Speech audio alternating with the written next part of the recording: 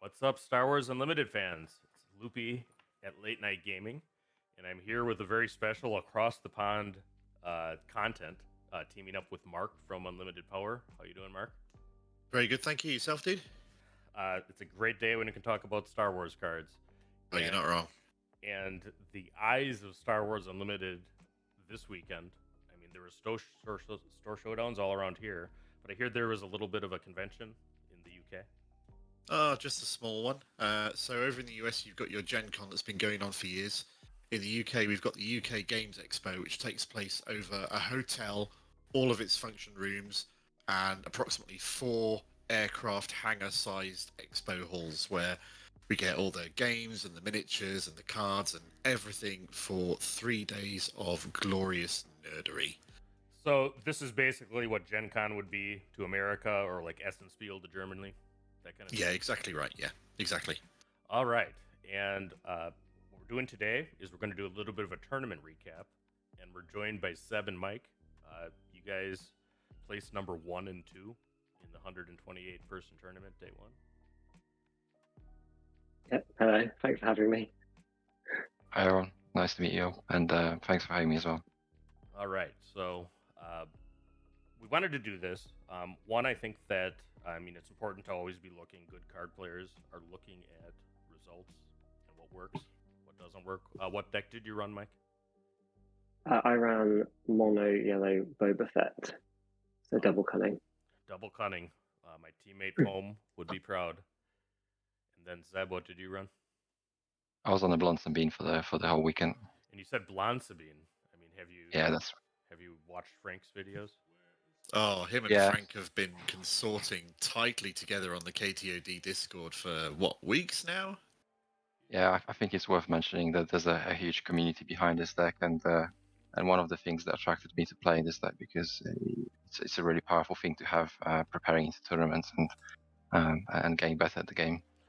Yeah, and a shout out to Frank. I did a master class. He's a very interesting personality. Cool guy. Cool deck too. So, and what we want to do with this is we're going to go over kind of the tournament, but then we're also going to go over how to attack a top cut. The different decks you'll see in the set 1 meta. There's still store showdowns happening, and then we have Gen Con right around the corner itself in America. I mean, when you're actually in a top cut here, you want to win. I mean, you don't want to get knocked out. So how to navigate that, which you guys did successfully. And the expo was very different from many, many tournaments. In the setup for days 1 and day 2 were the first 7 rounds were run pure Swiss, but they were also done best of 1. So you've got to be very careful there with your mulligans. You got to be careful with who you're going into. And only after the top cut was that it then transitioned to a best of 3 with the usual 55-minute rounds. And you'll find that as you get into tournaments that are trying to complete on a day, it is a little bit different animal. So I'd like your input on best of 1, what different choices you may make. I do think you have to make some different deck choices at times too. So let's go to that. But first, let's talk about the prizing. That's your smiling mugs. What are you holding there? Holding an event exclusive game map with Shadows of the Galaxy art. So the top 8 each got one of these. All right. Is that Enfys Nest? That's the one. Yeah, it's definitely the one of the things to mention as a highlight of the weekend. I think everyone wanted one. And the little scribble you'll see there is the handwriting of game developer John Leo, who is also in presence at the UK Games Expo, signing cards and signing mats in this case, as was Jim Cartwright. Yeah, so Fantasy Flight itself sent a entourage over to... Yep, delegation of, I think, 3 or 4 people. Yep. And were they running demos and that kind of thing? John was there at the demo table. He was talking to fans all day long. He sat down and played a few games with some of the fans as well. They were giving out new event-exclusive Grogu Set 2 cards to every participant of the tournament and everybody who took part in a demo that day. So there were a lot of Grogus given out. All right. So, Mike and Zeb, what are you going to do with your mat? I'm denied about this, and I have seen some already put up for sale, but I'm going to keep mine. I don't think I'm going to win many tournaments of card games, so quite a nice reminder I was saying it's only my second playmat, so if I ever start playing these games with my kids at some point, I now have 2 playmats, so we can actually use them. All right, I'm gonna keep it. what about you, Seb? Yeah, I'm definitely finding it very hard to part with it, and it very much biased towards keeping it. I think as soon as I saw it in person, I was like, I cannot give it away. Yep, and it's like that, right? So I mean, there's only what 8 times 3, so 24 of these that will Yep. get released. They'll go for hundreds of dollars on the secondary market, I'm sure. I mean, if you can find somebody to sell them, but I mean, either you can use it to fund your tournament, you know, by selling it. There's plenty of card players that do exactly that to fund their Yep. travel and go to more stuff. It's also entirely great to just use it as a flex. Oh yeah, if you sit down against someone who knows what it is, and it's like, yeah, I've got one of these. Yeah, if you we mentioned KTOD, I mean, you'll see Bobby Sapphire play. It's usually on the Gen Con Mortis mat from Destiny. That was the #1 exclusive. He's got the one champion, I believe. You know, and it's worth quite a bit. Absolutely. All right, so this little fellow is given out too. Yep. Every participant on all 3 days of the 128 player tournaments got given one of these, and everybody at the show who took part in a demo got given one of these as a thanks for taking part in the demo as well. So these are now out and about. Yeah, and I'd encourage people. I think that Fantasy Flight does an excellent job with their promotion and kind of pushing swag out, you know, to people. But if there's something like a Gen Con or a big convention, and you know that there's going to be a booth for Star Wars Unlimited, there's probably going to be an opportunity to get swag. In fact, I'm fairly sure Gen Con's already advertised that they'll be giving this away at their event there. And I'm actually pulling right here. If you see that, it's actually the Hyperspace Vader that came from before release. Oh yeah. That looks like there, and that's actually what I rung because there's not a showcase Vader yet. I mean, I would love to see a showcase of Vader and Luke. Oh, they've got to have made one, right? As like a top 8 card, you know. Or the first prize for the planetaries next year or something. God knows. It might be, but that would be worth. I mean, if it was limited to like top 8 of a giant tournament like that, it'd probably be worth hundreds, if not maybe into 4 figures. All right, so this is the path. You're Mike O and Sebastian B. So you guys played each other in the finals? Yes, we did.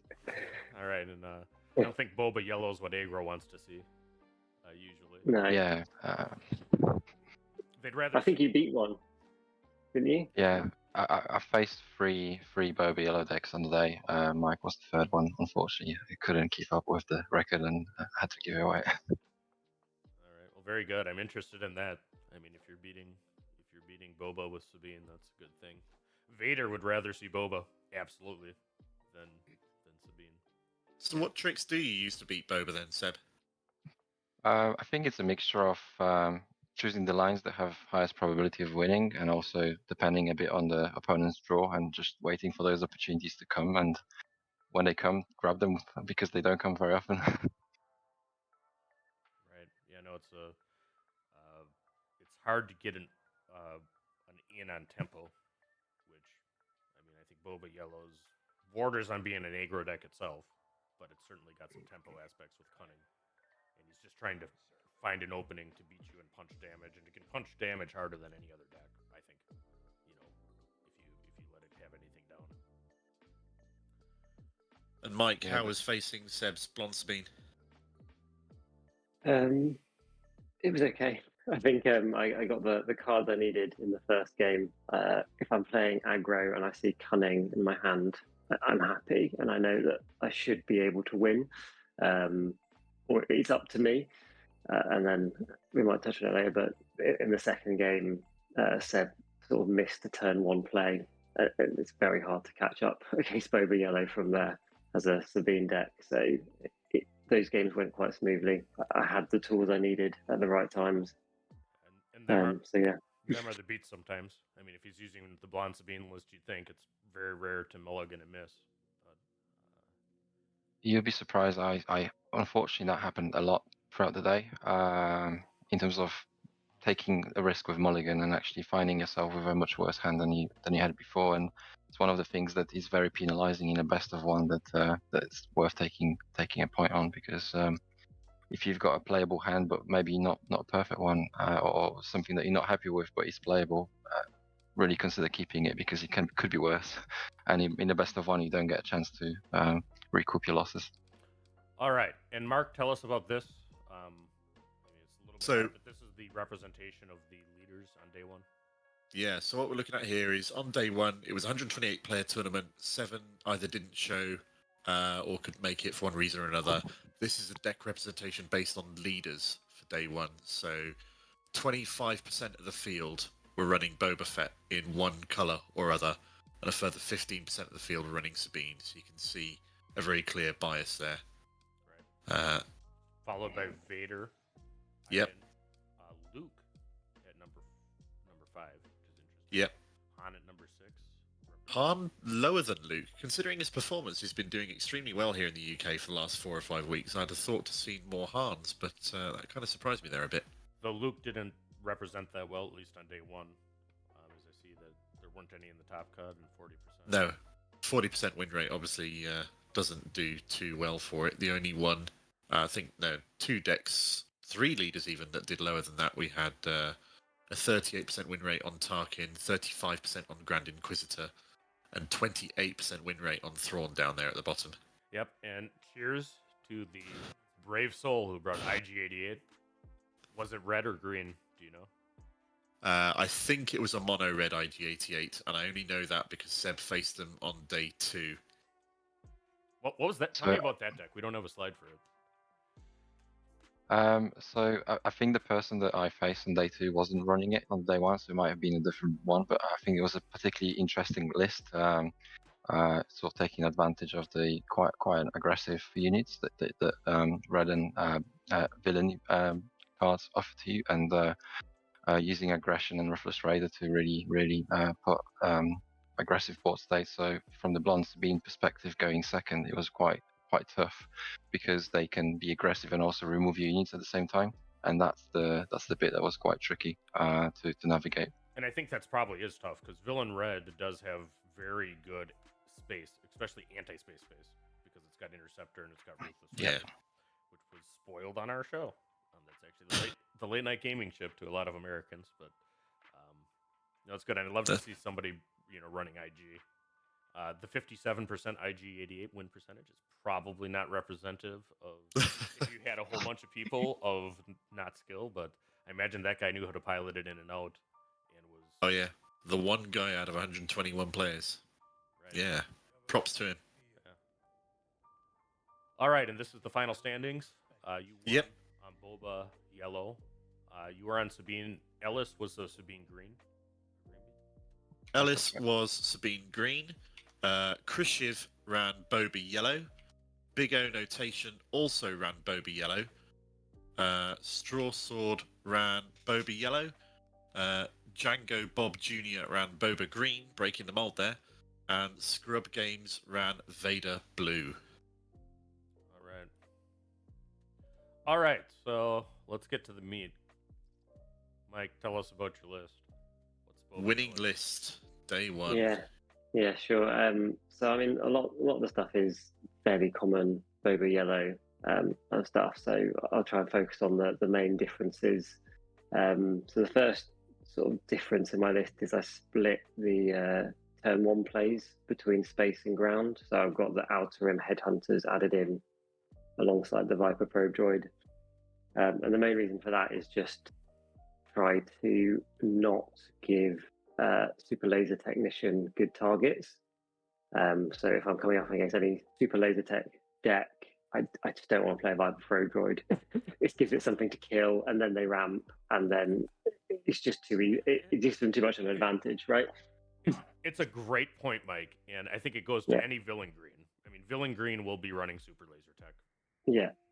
So it also applies to any 2-health unit, right? Because Viper Probe Droid can be good against the Sabine matchups because it hits back for 3. But if your deck has a 2-health 1-drop on the ground, I mean, be careful because you're giving them the potential to ramp and destroy a unit at the same time. Yeah. So I like that as a sort of how I build my deck anyway. But in best of 1, it's particularly helpful because you just don't know what's going to come up, and you want to have some options. I suppose the other choices in the deck are I picked Syndicate Lackeys over Bosk because I just find that there's some things with 5 health that I like to be able to kill, like Boba Fett unit, Sabine leader, and then even some other things like Gideon Hask. There's just a few things with 5 health that's just useful to be able to take off the board. And yeah, obviously Fire Sprays, Cunning, Bodhi Rook, Cantina Bouncer. Cantina Bouncer might have been my sort of MVP of the day. I saw it a lot, and every time I was happy to use it. And then the last ones are sort of Change of Heart. I really like that main deck. It really helps get over the line in a few matchups. Just when you've got near lethal damage on the board, or your opponent's also got quite a lot on, just flipping one unit over can just basically give you the game if used at the right moment. And then I'd play Snapshot Reflexes instead of Shoot First. Again, it's a bit of a very similar card, but I like the fact that I can just use it sometimes as an extra 1 damage, and it leaves a slightly bigger body behind that's harder to remove. Yeah, Is there so a those are the particular main sort of unit you'd interesting prefer things. to use that on, or would you just use it on any unit of opportunity at the time?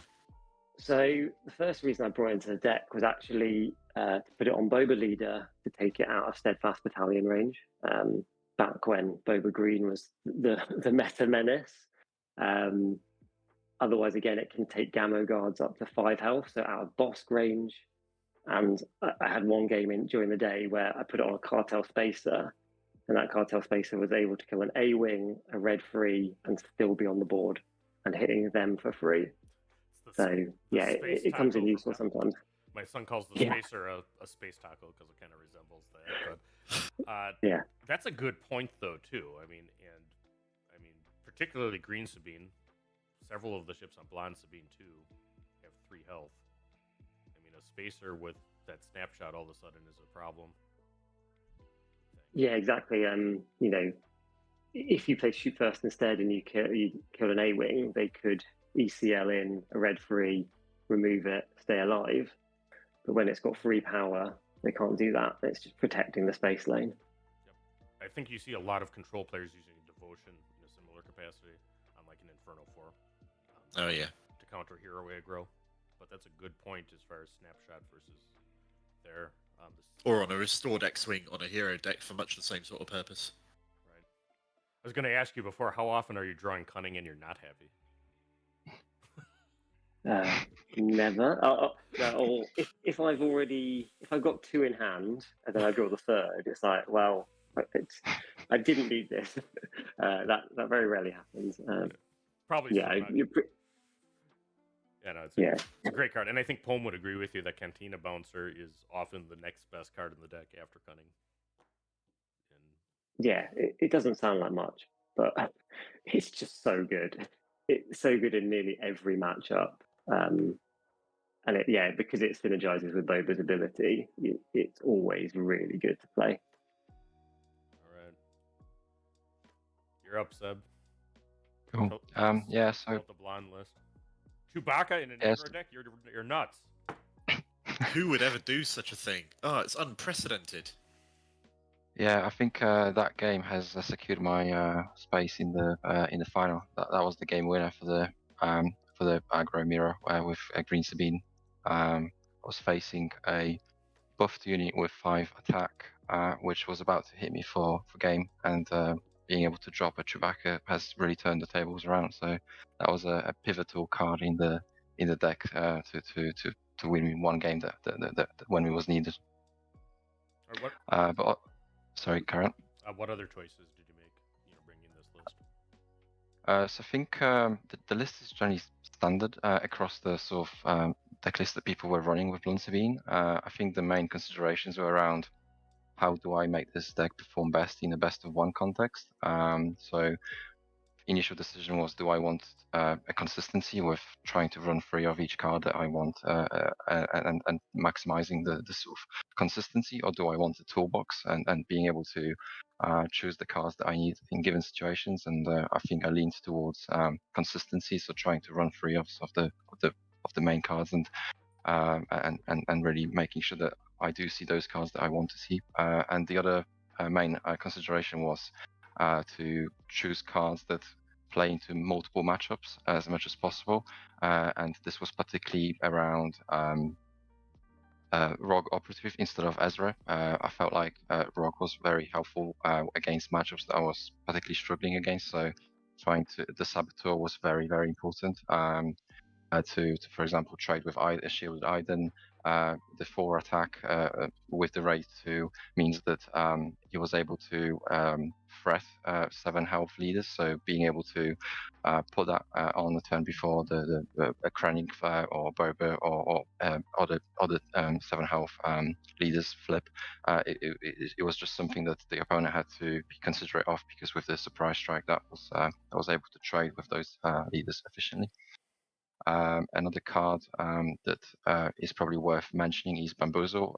So the main consideration was around Bamboozle or Spark of Rebellion. And I felt like Bamboozle was playing into multiple matchups here for me. So in the aggro, it was able to control the tempo or debuff the wing leader play from my opponent. Into Han, he was able to stop that double ramp turn.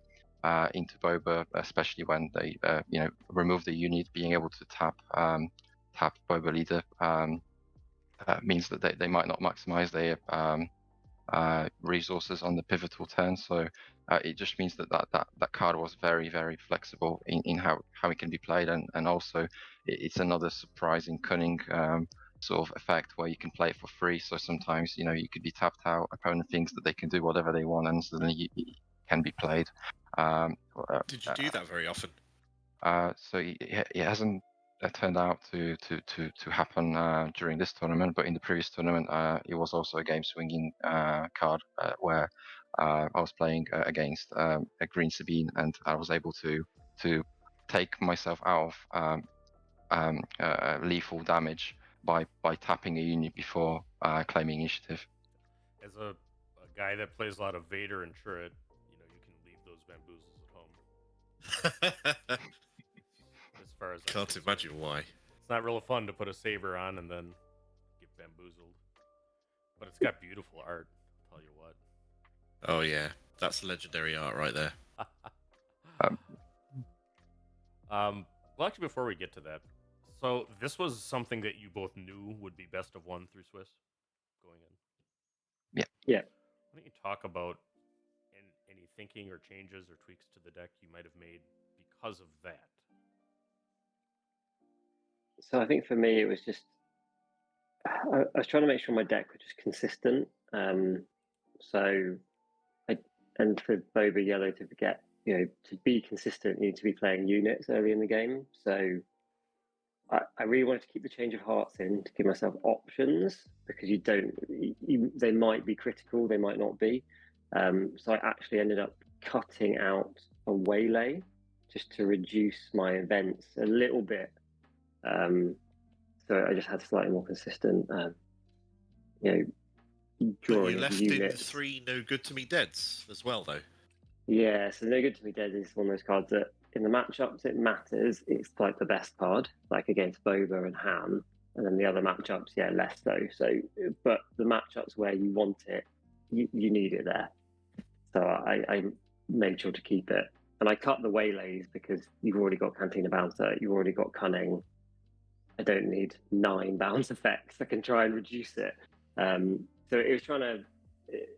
I basically made myself quite a bit more mid-rangey, that I could play a bit better into a few more decks, and I lent on the fact that it's quite good against aggro, so I didn't worry too much about putting anti-aggro tech in the main deck. More of a take-all-comers approach than like a pre-boarding against a particular deck type. Okay, what about Yeah, you? exactly. What about you, Seb? So going into a best of 1, did you tweak this in any way? So I think the main consideration was consistency, as mentioned before. So I did play with the 1-drops quite a bit. So I've got 3 Spec 4s and 2 R2.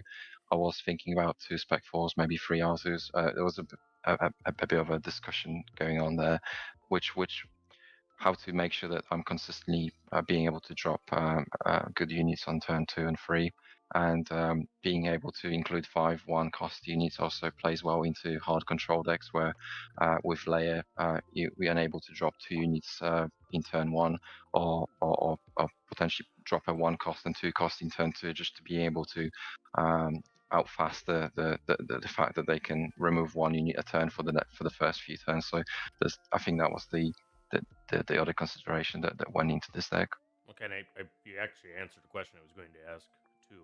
I mean, are you playing sometimes 2 1-drops on turn 1 and then pinging and just kind of giving the initiative to control? Yeah, I think that's probably the ideal play against blue control, double blue control decks. I think you have to be careful with green-blue control where they can drop a Death Trooper and basically kill your Spec Force with the effect, and that usually is quite a big tempo swing. So really mindful of the cards that your opponent can run, and what if you've got the guarantee that you can attack with that unit and it doesn't trade too easily for your opponent, then I think that's a good play. Yeah, and I think it's a great point too. The blue, I mean, if it's just blue or just blue-red, I mean, it's basically 1-to-1 removal. I mean, barrage is in green. I mean, sometimes that's the one that can go wide as far as removal goes. But if you know all they have is 1-to-1 because they're in, just blue, sometimes wide is better than. Or even blue-red for a similar reason. Yeah. I think the other thing to think about when you're playing against blue-red control is that they can play Force Stroke on first turn, which can be quite a big swing for them. So being able to drop a space unit is quite good as well against that, just to make sure that they can't utilize that card early on. Yep, Force Stroke can't hit vehicles, which Lan-Sabine players should absolutely know and rely on. All right, so let's talk about matchups. I think the second part of this, what I really want to hear from you guys, is how you attack each of these decks. So this is a top 8 deck that was a Boba ECL. So this was Mike. This was your or your quarterfinal game.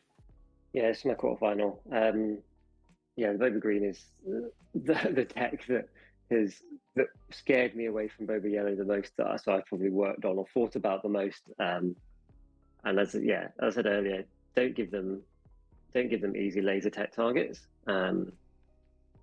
If they do play laser tech, disrupt it if you can, like exhausting it, bouncing it, and that's what you want to do at the start of the game. So I shamelessly copied your deck on day 2, and I had great fun against a Palpatine ramp deck waylaying his super laser technician 2 turns in a row. He did not like that. That did not go down well. Yeah, I mean, the other joyful thing is sometimes getting a Bodhi Rook and sniping a resupply, which I did manage to do in the first game of this. Because, what Boba Green has an advantage is if it can ramp and get to Boba earlier, if it can Steadfast Battalion your leader, and if it can Overwhelming Barrage. So, effectively, those are the 3 things you work around. Disrupt their ramp. Don't run into Steadfast Battalion. So try and bait out ECL if you can. Or just make sure, or get your Boba out first before their Boba, and try to take out any good overwhelming barrage sort of units as quick as possible. So I've been known, if they've ambushed in with boss, kill something, even though it's damaged, I've been known to bounce it straight back with Cantina Bouncer, because like the overwhelming barrage on their boss, that's 8 damage with boss stability. It's like, I just can't let that happen. And get it back off the board. When naturally people might be afraid of bouncing Bosk because they could just replay him and ambush him again. But I'm kind of unworried because he's not going to kill Bouncer with his 4 attack. So, those are the things you just try to play around. And, try and No Good To Me Dead, their Boba Fett leader, to slow down their resource refresh. And then, just be aggro. That's about it, really. It's very like each turn you just have to think through what's my threat from them, and then just see where you can go with it. All right, how are you dealing with Boba Green? So over the time of testing, I found that Blunt Sabine was favorable into Green Boba, and there are a few few lines that you can exploit to create that edge against it.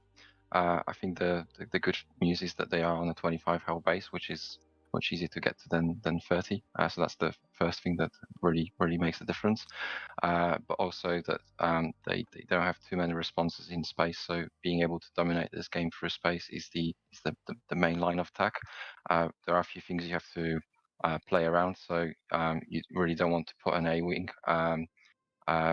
on your turn 1 because that can quite easily play into an ECL by a 7th Fleet Defender, which can keep the shield on, so it's much harder to then clear the space after that play. So ideal play would be to put an X-Wing and then have a Falcon or a gunship to clear that space lane in the later turns. So that's the sort of the easiest way of attack. I think if you have got the initiative, then utilizing Sabine Wren unit is actually quite good as well, because you can limit the plays that the Boba player can do on their first turn. Because of her effect ping, she can trade with she can kill Greedo and a Crafty Smuggler quite efficiently if you wanted to do that. Yeah, I think trying to bait out the ECL as quickly as possible is also quite a big thing. So if you can put an X-wing, then you can expect a Star Viper or a 7th Fleet Defender coming in that space lane, and just means that you've got one less thing to worry late in the game. And I think that sometimes Frank will advocate like playing out the Alliance X-wing, drawing out the ECL of the Viper, and then playing the Red 3 or the A-wing. Yeah, so that might be able to protect. And if you've done that first part of the matchup, then the next thing I usually try to work around and worry about is the overwhelming barrage. So making sure that they don't have a good target for overwhelming barrage to kill your space unit. So I would often like to see Rogue Operative on the field, because then you can threaten the Boba Flip for the leader, but also if they're playing a Morgan Guard, you can clear that space as well, which means that they don't have a first action on the F5 resource turn to play overwhelming barrage and maybe take out 1 or 2 ships in the space lane. All right, let's talk about Boba Yellow. It's a very represented deck. I mean, how are you attacking the Mirror Mech? Painfully. This was the biggest struggle of the day, I think. So the person I played in the semi-final actually beat me round 1 of Swiss. And yeah, it's quite informative, because you both kind of play Bodhi Rook, take each other's cunnings. And then even if you do manage to play cunning, you're probably not able to put +4 on anything because it's going to get exhausted or bounced. So it's very tentative. Are you using the discard? As a last resort, maybe, if there's nothing better to do.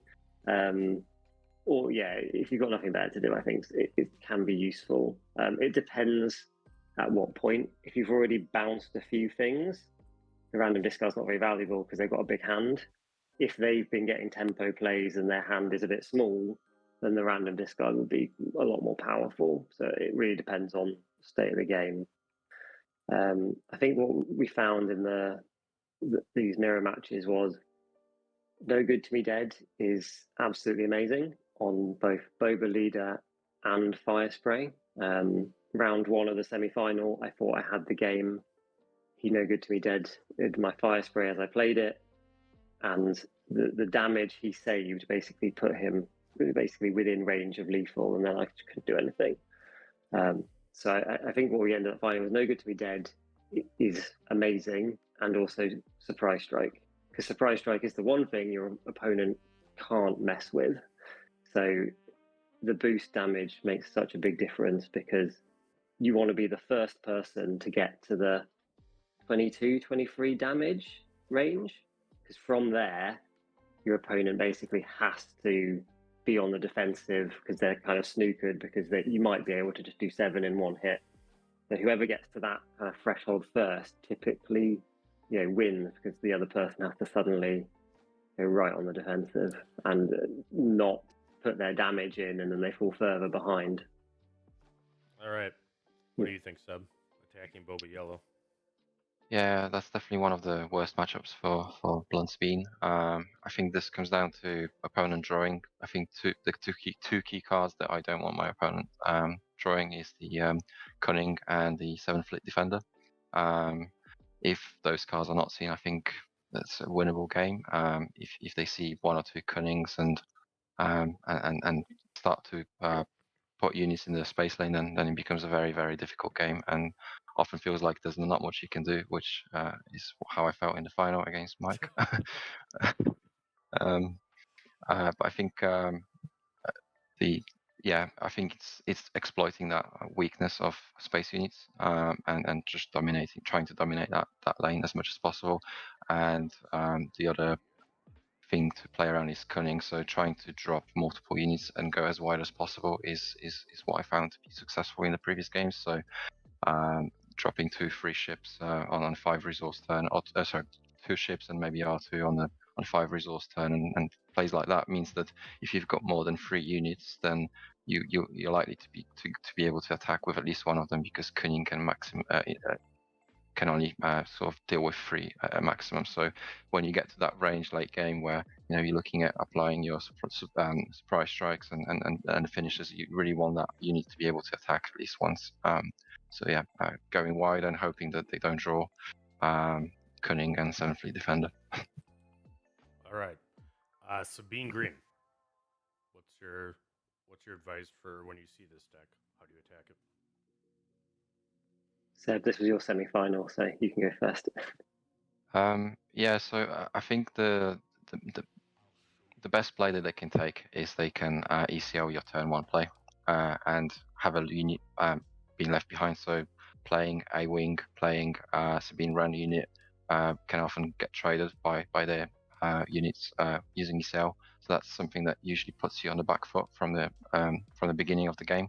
And I often take the control seat in that matchup, trying to slow them down as much as possible, trading units efficiently, and ideally not giving them a good target for ECL if I can. So playing R2 potentially, which works quite well with a fleet lieutenant on turn 3 if they played another unit. So you can buff up your R2 trade with their units, and hopefully R2 can stay and build that sort of presence whilst trading efficiently. Not sure what else comes to mind immediately. Yeah, so definitely control matchup. I think the way I try to play it is making sure that I have the same health remaining on my base as they do, but obviously they've got 5 less. So if I've got 10 damage, then making sure that they have 5 damage, so I'm not losing that race, but also trying to control and slow them down. So I think the way I try to play is that they can't finish the game on the 5 resource turn, and making sure that I'm playing and choosing my actions so that I can finish the game with the first action on turn 6, or being in an advantage position to be able to finish the game with least actions than my opponent. So the U-wing included in this deck isn't going to have been a factor for your match in the slightest? No, it never gets to that really. It's too slow. I think the U-wing is further matchups in that deck list. All right, what's your plan of attack, Mike? Yeah, so I think I'm quite cautious actually when I play against aggro as a Boba Yellow. Some people might like to be try to race it a little bit more, but I never want to let it get a rebel assault off. Is basically my game plan in my head. Is that don't let it get any sort of value that way. So whenever I'm starting it, I'm always looking for what's my answer in both lanes. 7 Fleet Defender is, of course, what I'm looking for in space, because it's a bit slow to get out there, but once it's there, it's killing everything. And again, on the ground, what have I got? Hopefully I've got a Viper Pro Joy to trade or kill something and stay alive on the ground. So I'm very much trying to get something in both lanes in the first 2 rounds. And then play a cunning or play a couple of events in the 3rd round to slow them down or remove stuff, and hopefully aim for them to have at most 2 things on the board, but by the time it comes to the Boba turn, hopefully 1 thing. So at the start of the Boba turn is bounced or exhaust something, and then just go from there. So I take it quite cautiously. Playing your deck, one of the things I learned quickly was I needed to save a Waylay or a Cunning for the K2SO quite hard. Yeah. If they're going to play a K2SO without ECL, you just want to bounce that. That's if you get that, if you manage to bounce it, it's probably you've won the game at that point. And of course, be aware of Steadfast Battalion.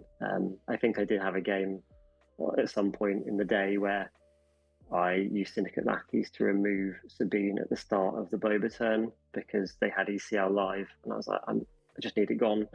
It's not going to trigger Boba, but it's worth having the safety. And so yeah, I pretty much. I imagine you're trying to kill Sabine Leader, not no good to me dead her. I'm actually quite happy to leave Sabine Leader alive because you can exhaust her with Cartel Spacer. That was one of my go-to moves at the start of the 5 resource turn. Basically, leave Sabine alive, get everything else removed, exhaust it at the start of the turn, and then just do the Boba flip turn stuff and take over the board. And then if they've got Sabine and you've got 3-4 units attacking base, you don't really mind. And if you defeat Sabine when you don't need to, then it just goes back to pinging you. So it depends. If I'm protecting a Steadfast, then it's a priority. If I'm not, that's what I was getting at. I mean, Steadfast and Negredo probably doesn't feel real good. Yeah. Yeah, exactly. If Steadfast is live with ECL, I'm removing Sabine. If not, I'm worrying about Red 3 or K2SO a lot more. So yeah, you just go from there, and yeah, try to don't let them get off a Rebel Assault, because you can think you can have their game under control, you can be catching up in damage, but if you've let them get units on and they get a Rebel Assault, suddenly you're potentially within 4 cores range. So I play it very cautiously, but yeah, it tends to be over by the end of the 6th resource turn. Yeah, the Green Beam players probably say the exact same thing in reverse about Cunning.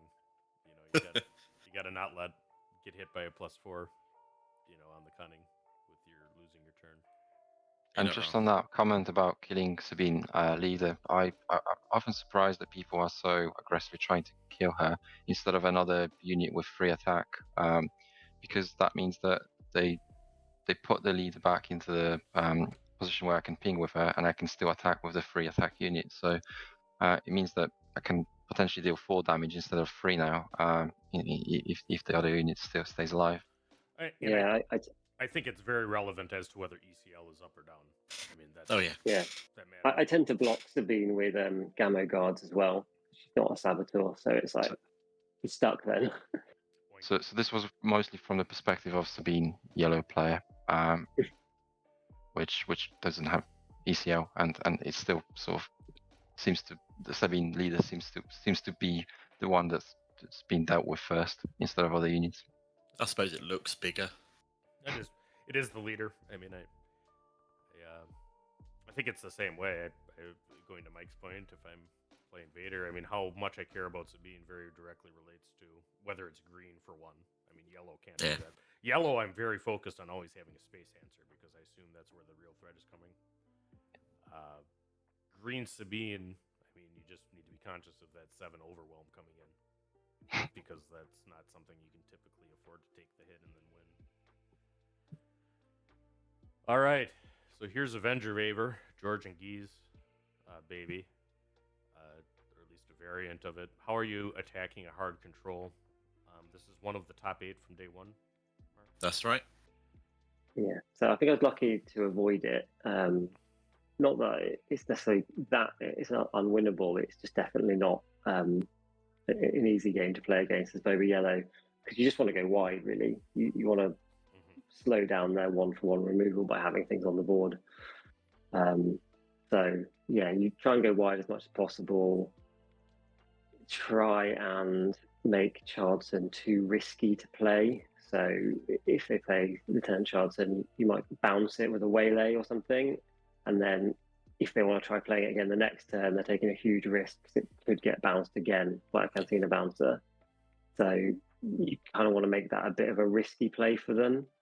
And if you can do that, then yeah, go wide, attack base as much as possible.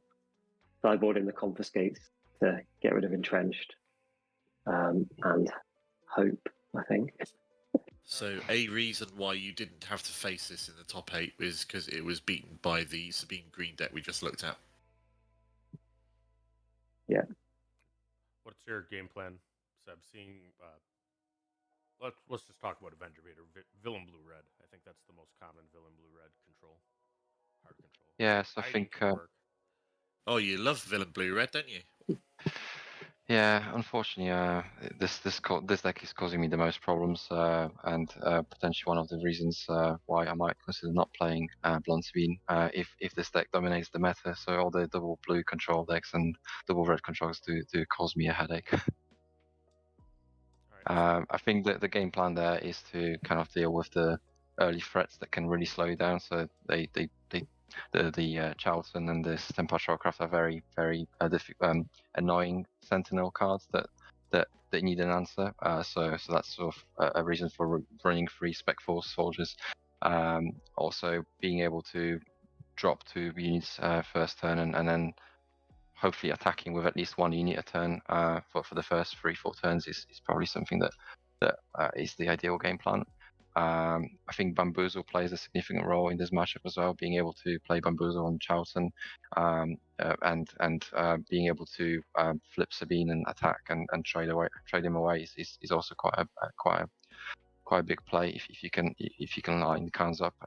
But I think once you get into the vigilance range, that's when things get very difficult. So if you haven't dealt enough damage early on, the game really slows down and it feels like the blood's dripping away and the game just feels like and then all of a sudden you're looking at an Avenger, and then Yeah. that's probably not what you want to see. Yeah, I think I'm hoping Bodhi Rook can take out Vigilances, because if you get that 5 healing, you're just like, all that work for 2 or 3 turns is gone. Yeah. And then hopefully And I change of heart an Avenger or something. All right. Yeah. Hopefully something like that. So neither. I think that's also where the Spark of Rebellion can come in. But the problem with it early turns is that you're trading tempo on board against potentially removing a threat in opponent's hands. So I've never felt like I've benefited from that play. Usually try to play on turn with 4 resources, so you can drop a unit and also play Spark of Rebellion, so at least you're boarding some board presence. But yeah, it's a difficult one, and I don't think I have an answer fully yet. Usually trying to maximize the damage I can put each turn and prioritizing building a wide board and hoping that you don't see 2 or 3 vigilances and trying to push that final damage through. That sounds a lot to me like the same way a mid-range player would say, never play resupply against an aggro deck. Just waste a turn. I board out resupply against Sabine for sure. Speaking of Vader Green, which I actually ran this to a runner-up at a showdown yesterday. Very different list than this gentleman's. Neither of you had to play this. This is what, was it day 3? That's right. This is a winning list from day 3. Which was all Swiss and best of 1. It was all Swiss best of 3. There was no top cut. So 2 decks went 6-0, and this was the one that just edged out the other one, which was a Palpatine Blue. Okay, so talk about the game plan into Villain Green Red. I think it's usually Vader, but if you see an Inquisitor Green, it's going to have the same game plan, I imagine. Yes, I think this is kind of, you take the classic Boba Yellow game plan here of be aggro, have an amazing Boba turn, and really try and push that damage just before Vader comes out, and again try and disrupt the laser techs if you can by bouncing them. So I think I played one of these in my Swiss best of 1, and I think he got a resupply at some point, and then I was at 5 resources, he was at 6. He played a laser tech. He could have pinged it to kill it and get Vader out at the same time Boba did. But I bounced it using Cantina Bouncer, my favorite card.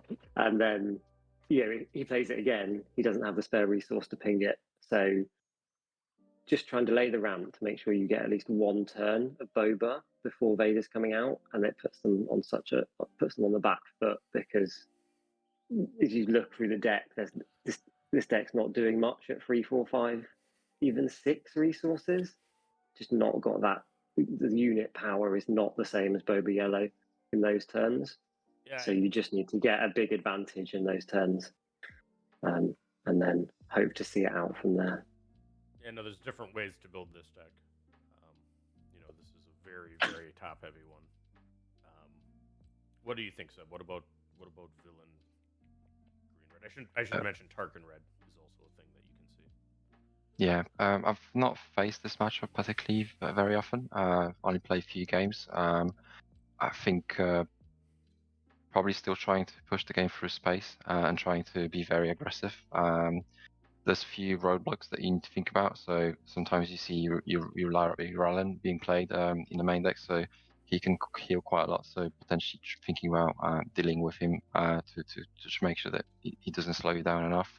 But then also 4 health ships, so Falcon and the gunship can play a big role against the Interceptor to make sure that they can't trade your unit away quite quickly.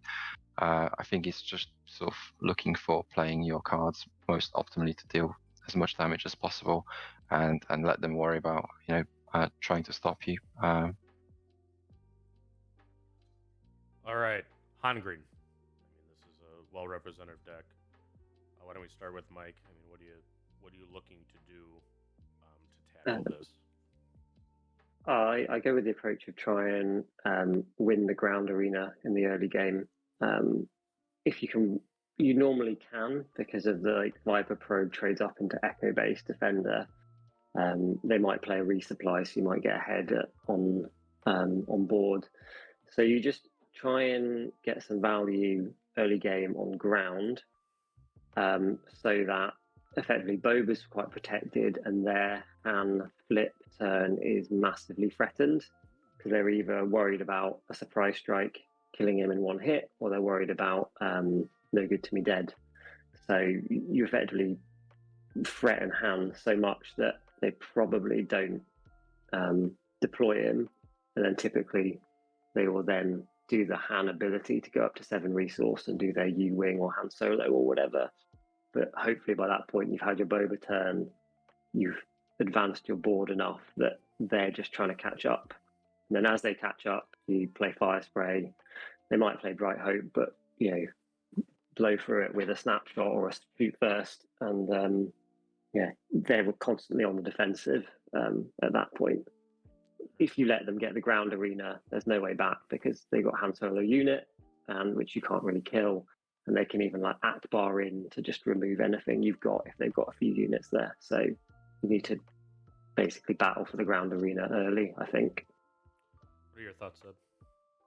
I must admit, this is one of the most difficult matchups that I've faced with Blunt Bean. It's a very difficult one, because if Han Green draws the cards that they need, then it feels very unwinnable. They've got quite a few things that respond to your cards very well. So you've got Millennium Falcon, which can kill your turn 1 drop in the space if they use the Han ability. They've got Bright Hope, which takes away 6 damage. Can trade with your units if you have to attack into it multiple times. So it's a big roadblock, especially And then also in the ground arena, they've got Echo Base Defender, which is easy to deal with, and also be mindful of Treacherous. So these are the sort of cards that I usually try to work around and figure out what my opponent might have. I think if I don't know what to do, I'm going to try to win the ground space early on, and then trying to switch to space to push that final damage. But you often want to wait out Han's player, turn 1 play, and see if they tap use Han's ability and see which at the time when they've done it, they committed to deploying a 3-cost unit. So if you see a space unit that you want to lane dodge to the ground, and if they drop a ground unit, you want to dodge it into space. So there's a bit of a playing around what your opponent's going to do in the first turn, and if you're not doing that, then going ground and pushing through there. So Spec Force plays a big role in this matchup. I do like to see Rogue Operative as well. And then also layers and bamboozle are very, very crucial to make sure that you slow down Han and not allow him to double ramp into Han unit or U-wing, because that can be devastating. All right, I don't think there was a top one with turret, so I just threw up my turret deck to represent it. But it was a matchup you saw at the tournament. Yes, that's right. So I played turret twice in the first round and my last round. It should be a relatively good matchup, but sometimes the way the cards line up, it can go very variable, especially with the amount of healing that turret gets. So there's quite a few things to be mindful of, and this is another matchup where I really like Rogue Operative because he can trade with Yoda. So that's quite an important card to get off the board as soon as you can, because he can heal a lot of damage away and then slow you down enough, and then you've got a lot of cards in the mid to late game which heal a lot as well. So very much pressure on being very aggressive and being mindful of some synergy between rebel cards in turret as well. So I think the restore arc can be used by fleet lieutenants to kill your space unit and things like that. So just being mindful of the cards that and plays that turret player can do to punish you if you're not sure about the lines. I'd imagine if I was running turret, I'd be terrified of bamboozle. I've not played this matchup that frequently. I think the game is usually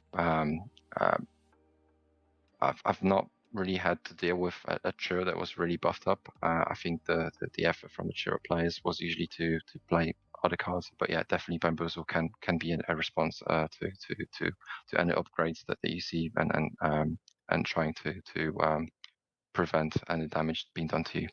And it's probably also worth noting that turret can be very aggressive as well. So if you let him to aggro you, then he can become quite a difficult race.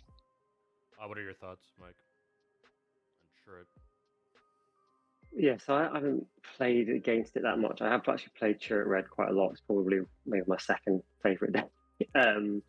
So I think the Mine kind of too. the colour, yeah, the colours and the units are things that look like they usually get eaten up by Boba Yellow, because there's a lot of things that they come down on the board and then you need to wait, and then they do something like Kanan, K2. It's really susceptible to bounce effects, so you really want to focus on that kind of tempo bounce game plan as ever, really. And you're definitely the aggro player as the Boba Yellow, and I think you probably want to aim to disrupt their turret big turn, which is at the same time as your Boba big turn. So I think you want to aim to have the better flip turn, no good to be dead turret or something like that, and get a bit of an advantage that way. Probably, just try to delay turret whilst also bouncing the board and pushing damage that way. Hope they play Obi-Wan and then play Cunning to bounce him and put +4 on something. That is the dream when you have Cunning in hand. Turret players do not play Obi-Wan into Boba Yellow. That is a bad Yeah. And by the way, this list is not updated for me either. This looks like a testing list I did, but you want 3 open fires in your main deck if you're playing turret. And I think just be careful, play against those kind of 2-drops similarly to you would against aggro, just to make sure you don't let the A-wing kill a cartel spacer, for example.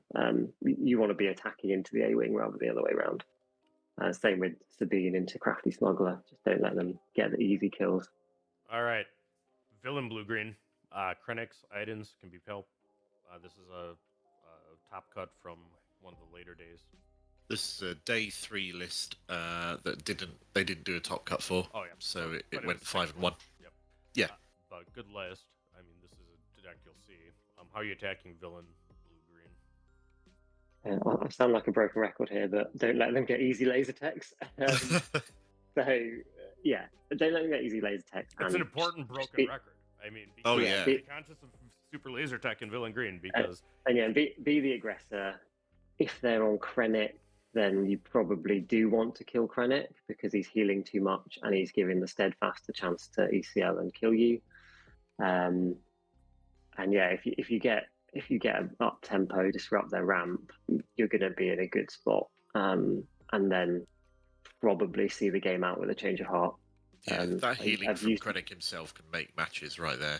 Yeah, I think you do want to remove him, that or at least no good to be dead or something. And yeah, I think this is one of the most common matchups where I've used change of heart because there's just things like reinforcement walker that you're just really close to winning the game. They've got reinforcement walker out, and you're like, I don't want it to heal, and also I'd quite like the 6 damage. And then they have to worry about it, or it's just a good swing, change of heart, something like that. Makes sense. So yeah, right, that's so me. what are you thinking about as far as villain blue green? Sometimes called soft control. I think I've heard Yeah, so called I villain think tech. one of the weaknesses of that deck is the quality of the space units. So that's definitely something that that you really want to be pushing as your winning condition. Obviously, there's a lot of removal, so going wide and trying to push damage as quickly as possible through space is the ideal line of attack. You do have to have a response to the Star Viper, so that the usual play would be to ECL your turn 1 play with Star Viper, and then he starts healing a lot. So again, Falcon and Gunship play a big role to be able to clear that space lane and prevent healing. I think Krennic is the most annoying card in this deck because over the course of the game, he probably heals 6 to 8 if you don't kill him, and killing him feels like a big setback because you have to spend 7 damage that you would have otherwise dealt to a base to actually deal with him. But I think that 7 damage dealt to Krennic usually gets traded. Reaps So its it's rewards. yeah, it's definitely it pays off if you can do it. So again, Rogue Operative trying to threaten that play, slow them down as much as possible with healing and trying to push as much damage. I think the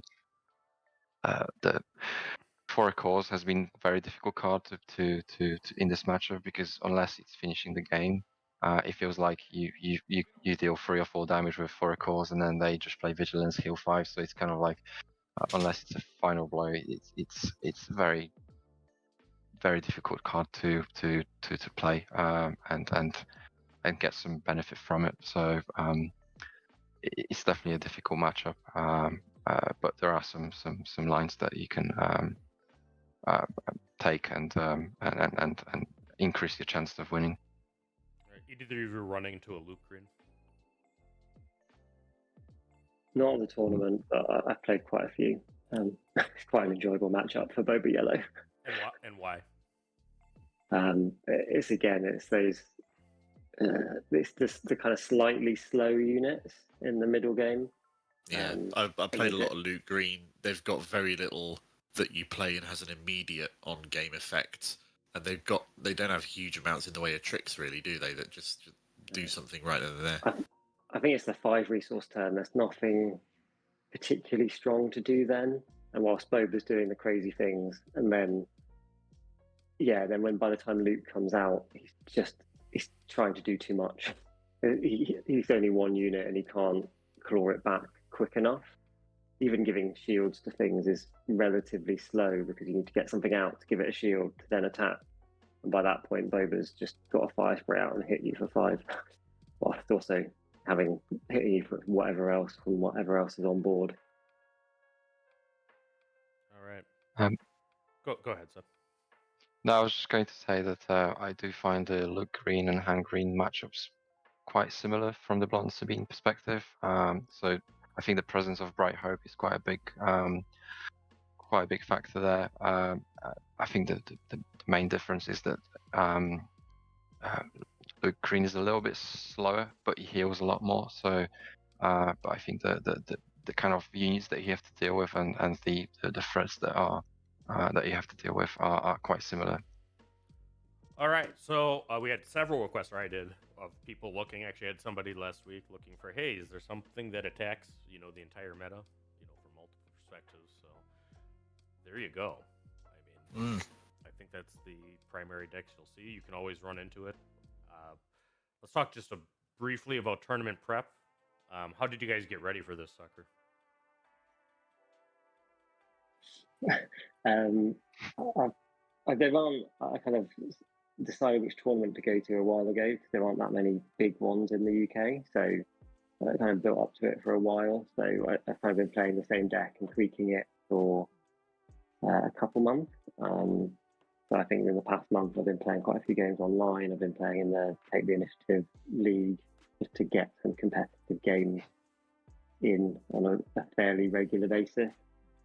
And yeah, just kind of keeping up with the meta development and following YouTubers such as yourself, just to make sure I'm aware of what I might come across and how I'm going to want to play those matches. Because I'm not going to have time to practice all of them, but I need to know what's going on to what to be sort of mentally prepared for.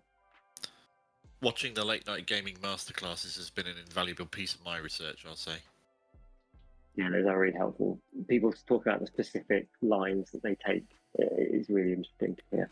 Yeah, I appreciate that, and then all credit goes to the guests like you guys that are sharing your knowledge here. I mean, I think it's good. It's a good community.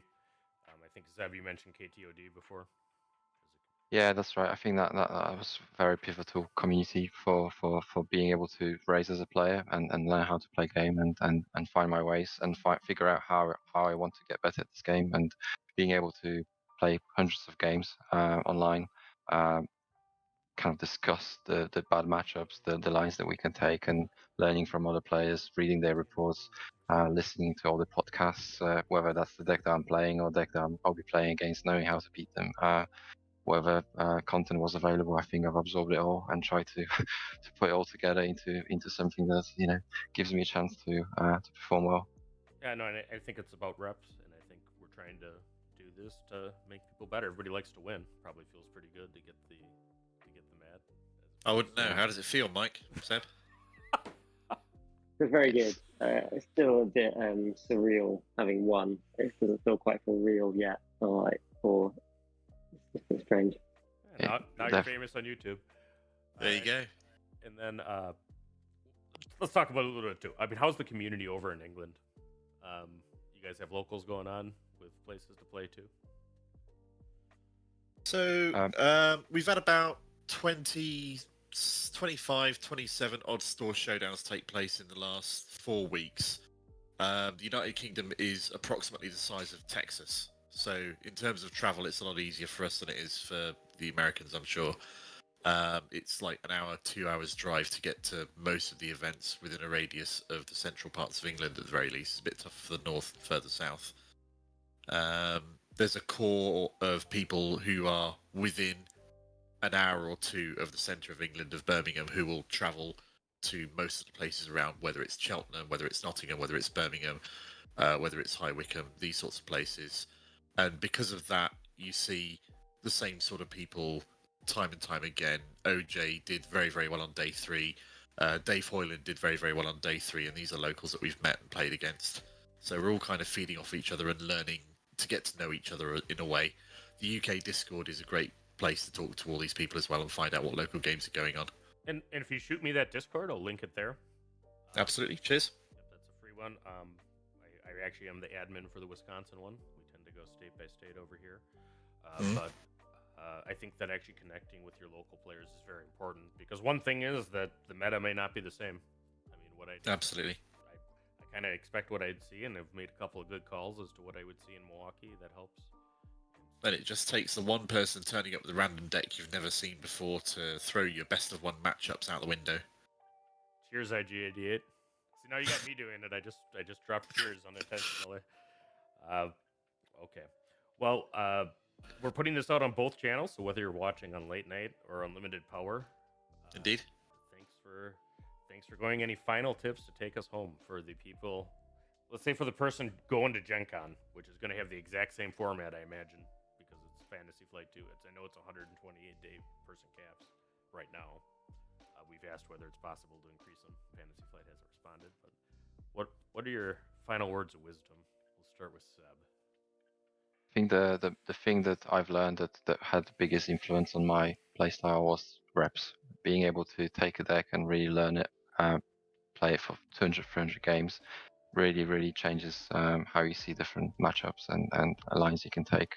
I couldn't recommend more. Just learning the deck that you feel comfortable with, making sure that you do those reps and then claiming all the glory. Mike, take us home.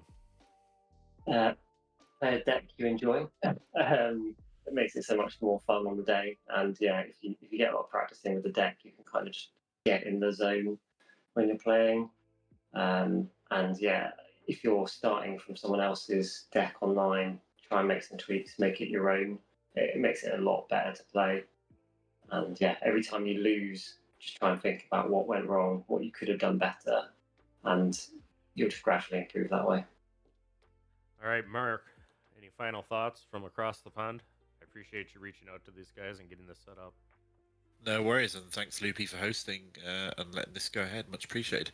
I'm doing what I'm doing because I want this game to succeed. I want it to keep going for as long as possible. I want people to connect and play and take part in as many events as possible, play as many new people as possible, keep it all going and enjoy it. And that's why I'm doing what I'm doing ultimately. So here's to that. Here's to the game. Yep, and as we grow the worldwide community, I mean, I hope that you guys continue with it. I mean, there is something called Worlds, and it is Worlds. I played in the last Destiny one. I had Yep. I played against French, Spaniards, a couple of Aussies. There's content creators all around, so maybe we'll catch you whenever that happens. They're very guarded as to when it will be. I have Oh yes. guesses, but nothing beyond. All right, this was a great interview. If you've watched this far, you're my hero, and Loopee signing off. Oh yeah. Cheers. Thank you. Thanks.